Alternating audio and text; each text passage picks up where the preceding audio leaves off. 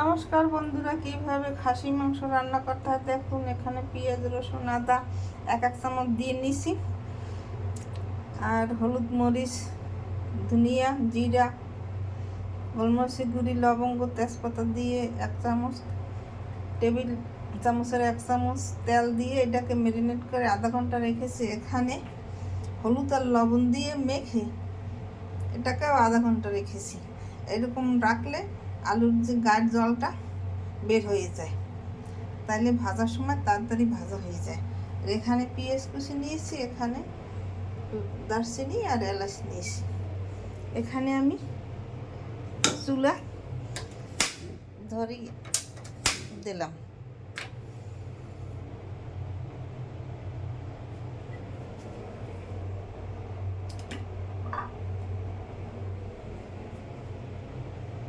Fry pan গরম হয়ে গেছে, এক টেবিল চামচ তেল দিয়ে দিলাম। এখন আলু ভাজা দিয়ে দেবো। 2 মিনিট পর ফিরে এসেছি, আলু ভাজা হয়ে গেছে। এখন তুলে নিলাম।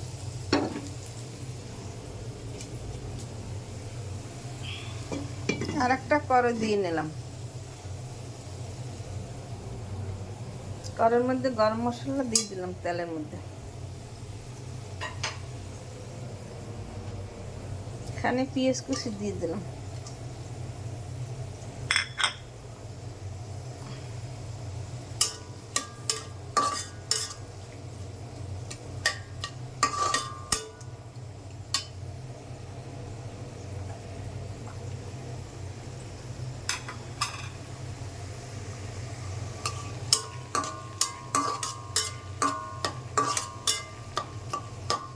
দুই মিনিট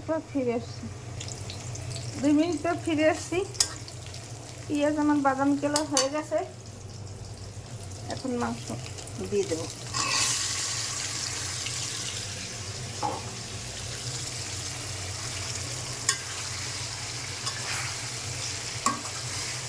মাংসটা ভাজা ভাজা হইতে 2 মিনিট লাগবে। আমি 2 মিনিট পর ফিরে আসছি।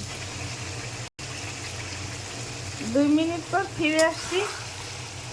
দেখুন আমার মাংস ভাজা হয়ে গেছে। মাংসের গা থেকে তেল ছেড়ে দিয়েছে। তখন আপনারা বুঝবেন যে মাংসটা ভাজা হয়ে গেছে। এখন আমি আলু দিয়ে দিলাম এর মধ্যে।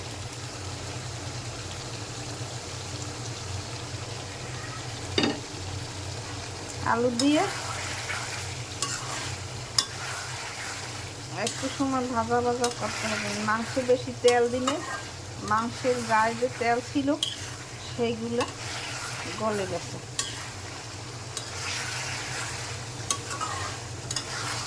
তাতেই অনেকগুলো তেল বেরিয়েছে। দেখতে কত সুন্দর লাগবে দেখুন। খেতেও দারুণ টেস্টি হবে।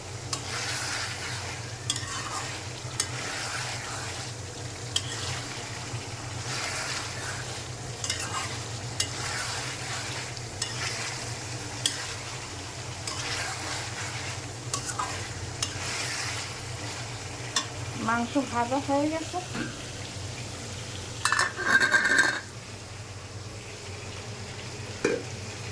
এখন পরিমাণ মতো গরম জল দিয়ে দেব। মাংসে গরম জল দিলে স্বাদ ভালো লাগে, ভালো হয়।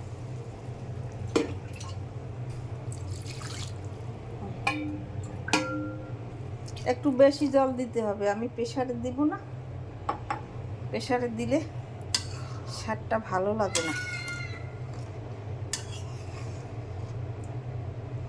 তাই একটু বেশি জল দিয়ে দিলাম। আমি 2 মিনিট পর ফিরে এসেছি। আমার মাংসর জল প্রায় টেনে গেছে, মাংস সেদ্ধটা হয়ে গেছে। আর একটু সময় জাল দিলে হয়ে যাবে। 2 মিনিট পর ফিরে এসছি। 2 মিনিট পর ফিরে আসছি। মাংস হয়ে গেছে।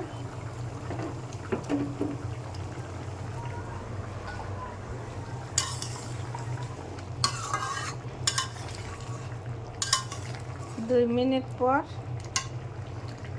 ফিরে আসছি। 2 মিনিট পর ফিরে এসেছি, মাংস তুলে নিয়েছি একটা গামলায়। আপনারা এরকম রান্না করে খেয়ে দেখবেন, খেতে অনেক সুস্বাদু লাগবে। আমার ইউটিউব এবং ফেসবুক চ্যানেলটা লাইক এবং শেয়ার দিয়ে পাশে থাকবেন। ধন্যবাদ।